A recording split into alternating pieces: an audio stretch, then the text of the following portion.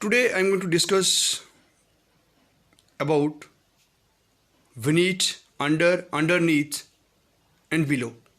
ये प्रीपोजिशंस ऐसी हैं जो काफ़ी कंफ्यूजिंग होती है. मैंने और भी जो वीडियोस हैं कुछ प्रीपोजिशंस पे पहले भी डाली हुई हैं, वो देख सकते हैं आप. लेकिन ये मुझे लगा कि ये कंफ्यूजिंग होते हैं, तो इस पर मैंने इनका डिफरेंस बताया हुआ विद एग्जांपल कि हम कहाँ इनका यूज़ करते हैं. ठीक है, अंडर का भी यूज़ होगा, अंडरनीथ कब होगा, बिलो कब होगा, बीनीथ का भी यूज़ होगा, तो वो हम देखेंगे. ये आपके डिफरेंट जो एग्ज़ाम्स होते हैं कॉम्पिटिटिव एग्ज़ाम्स, तो वहाँ पे कहीं ना कहीं फिलअप्स या आपको MCQs की फॉर्म में ये वहाँ पे आपको मिल जाते हैं. अब सबसे पहले बात करेंगे कि ओवरऑल तीनों का अगर ब्रॉड सेंस में हम मीनिंग देखेंगे तो इन तीनों का मीनिंग क्या होगा. ठीक है, तो कहता है कि इन तीनों का मीनिंग जो होता है, कोई चीज़, the word under, below, beneath and underneath can all mean in a lower place or position. कोई चीज़ जब दूसरे से पोजीशन में लो होगी, कम होगी, तो उस टाइम इसका यूज़ करते हैं. या फिर कई बार हम कहते हैं कोई चीज़ जब दूसरी चीज़ उसके ऊपर होगी, उसको कवर करके रखा होगा, तो ब्रॉड सेंस में तीनों का मीनिंग होता है कि वो नीचे है उससे बस. लेकिन अब जब मिन्यूटली हम देखेंगे तो अंडर कहाँ यूज़ करना है, बिलो कब करना है, बीनीथ कब करना है और अंडरनीथ कब करना है, ये हम डिस्कस करेंगे. वन बाय वन करके हम इसको जो है वो डिस्कस करेंगे. Under he used when talking about a lower physical position like this. जब कोई चीज़ अंडर हम क्या करेंगे कि फिजिकली वो दूसरी चीज़ से नीचे होगी. जैसे वो use under to talk about something that is below और लोअर देन समथिंग एल्स, उससे नीचे होगी. जैसे हमने बोला the dog is under the table, the dog is under the table. अब टेबल है तो उसके डॉग जो है वो उसके नीचे बैठा हुआ है, अंडर बैठा हुआ है. ठीक है, हिज बॉक्सेस वर अंडर हिज बेड.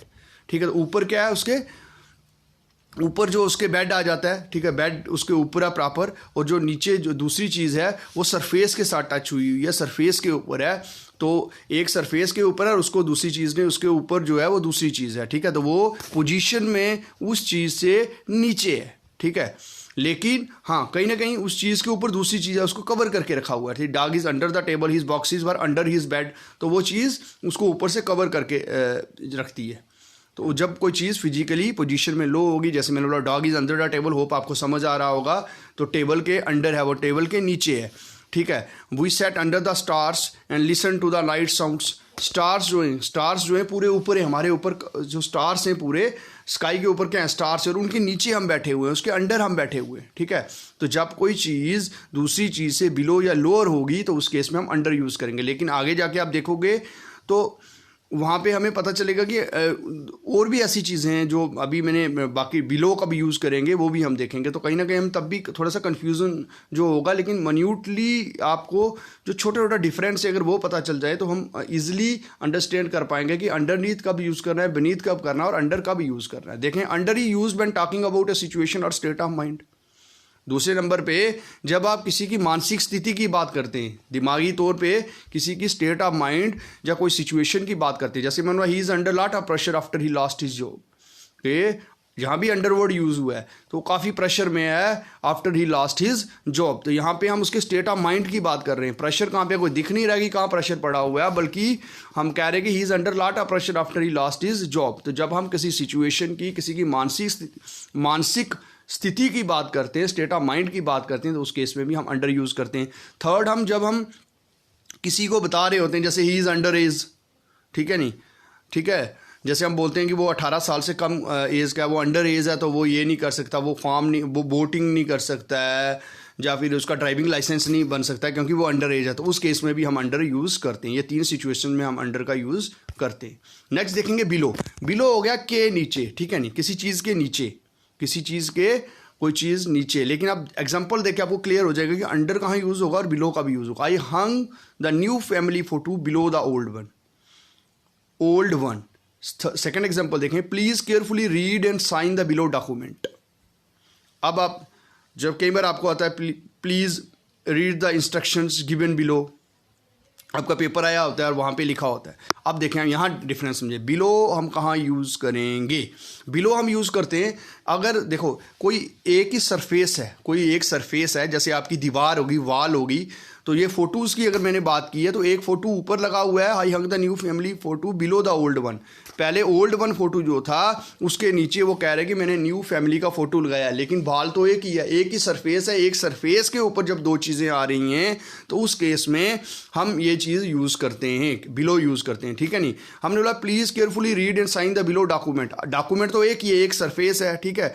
तो कहता है कि उसी को हमने रीड करना। अगर आप लेट किया आपके लैपटॉप के ऊपर आपको पेपर आता है, आजकल ऑनलाइन पेपर्स होते हैं, तो आप उसी एक ही स्क्रीन के ऊपर आप देख रहे हो, वहीं पे ऊपर आपको कुछ इंस्ट्रक्शंस जो आपको चीज़ें आपको दिया गया पढ़ने के लिए, ठीक है नहीं, और उसको नीचे बोला गया आपने वहाँ पे साइन करने, ठीक है। तो कहीं ना कहीं जहाँ आपको इंस्ट्रक्शंस दी जाती हैं तो कहते हैं कि जो इंस्ट्रक्शंस हैं इनको पढ़ लो और उसके बाद जो है आपका क्वेश्चन करो। तो एक स्क्रीन के ऊपर, एक सरफेस के ऊपर ही वो आपको सारी चीज़ें दिख रही हैं, ठीक है। तो कहते हैं कि please carefully read and sign the below document. तो उस केस में हमने यूज़ किया जब एक सरफेस के ऊपर कोई चीज़ होगी और उसके नीचे होगा तो हम बिलो यूज़ करते हैं। अब बिलो कहाँ पे और यूज़ होता है? Below used with numbers, amounts और स्टैटिस्टिक्स। अब when we talk about numbers, amount और statistics being at a lower level we use below more than under, ठीक है नहीं, ठीक है नहीं। अब जैसे अब स्टैटिस्टिक्स की बात करें कि भाई जैसे हम पहले बोलते हैं कि इन्फ्लेशन जो थी वो पहले क्या थी, इन्फ्लेशन अब नीचे गई है। Inflation has fallen below 5% for the first time in 6 years. 6 साल में इन्फ्लेशन जो है वो 5% गई है, फर्स्ट टाइम सबसे जो है कम हुई है। तो inflation has fallen below 5% for the first time in 6 year. 6 सालों में पहली बार जो है 5% के नीचे रही है। तो यहाँ पे हम किसी एक स्टैट की बात कर रहे हैं, एक नंबर की बात कर रहे हैं। The companies profit in BSOB were below what they had hoped for. तो इस केस में जब हम कोई स्टैट पे बात कर रहे हैं, किसी नंबर पे बात कर रहे हैं, किसी के अमाउंट पे बात कर रहे हैं, ठीक है, उस केस में हम यूज़ करते हैं। कोई टेम्परेचर की बात करते हैं, ठीक है, कि टेम्परेचर जो है इतना है, तो उस केस में हम यूज़ करते हैं। अब बीनीथ आ गया, more formal than under, touches the surface directly under, ठीक है नहीं। जब अब यहाँ पे समझना, बीनीथ हम एक फॉर्मल वे में अगर हम यूज़ करते हैं तो हम अंडर की जगह भी हम यूज़ करते हैं थोड़ा सा। जब हम किसी चीज़ को फॉर्मल वे में यूज़ करते हैं, क्या होती है इनफॉर्मल। आप जैसे घर में बात करते हो तो इनफॉर्मल वे में करते हो, ठीक है नहीं। आप अपने टीचर से बात करते हो तो फॉर्मल वे में करते हो। तो एक फॉर्मल इनफॉर्मल वे में भी अगर हमें सेंटेंस दिया गया है जिसमें फॉर्मल वे में बात करनी हो हमें, तो उस केस में आप बीनीथ वर्ड यूज़ कर सकते हैं, ठीक है। ये तो हो गया एक एग्जांपल, और भी कई एग्जांपल्स हैं। तो ऐसे वो कह रहा है जब कोई चीज़ सरफेस को टच कर रही हो, ठीक है, और उसके डायरेक्ट अंडर हो। कैसे? The paper was hidden beneath a pile of books. अब बुक्स जो हैं उनके नीचे जो था पेपर रखा हुआ था, उनके नीचे था पेपर, ठीक है। तो यहाँ पे पेपर जो है वो बुक्स के सरफेस को टच कर रहा है। हमने स्वेटर पे नीचे, दूसरे एग्जांपल तो she wore sweater beneath her coat. Coat जो है उसके अंडर जो है स्वेटर पहना हुआ है। अब जब कोट जो है अंदर से हम अगर स्वेटर जैकेट है मैंने पहनी हुई, इसके अंदर जो मैंने इनर पहना हुआ तो वो टच कर रहा है उस सरफेस को, तो उस केस में हम बीनीथ वर्ड यूज़ करते हैं। और अगर कोई और सेंटेंस हो जिसमें फॉर्मल वे में बात की गई हो वहाँ पे हमें यूज़ करना, तो हम बीनीथ जो है वो अप्रोप्रिएट है, वो हम यूज़ कर सकते हैं। होप आपको समझ आया होगा। नेक्स्ट अंडरनीथ आ गया।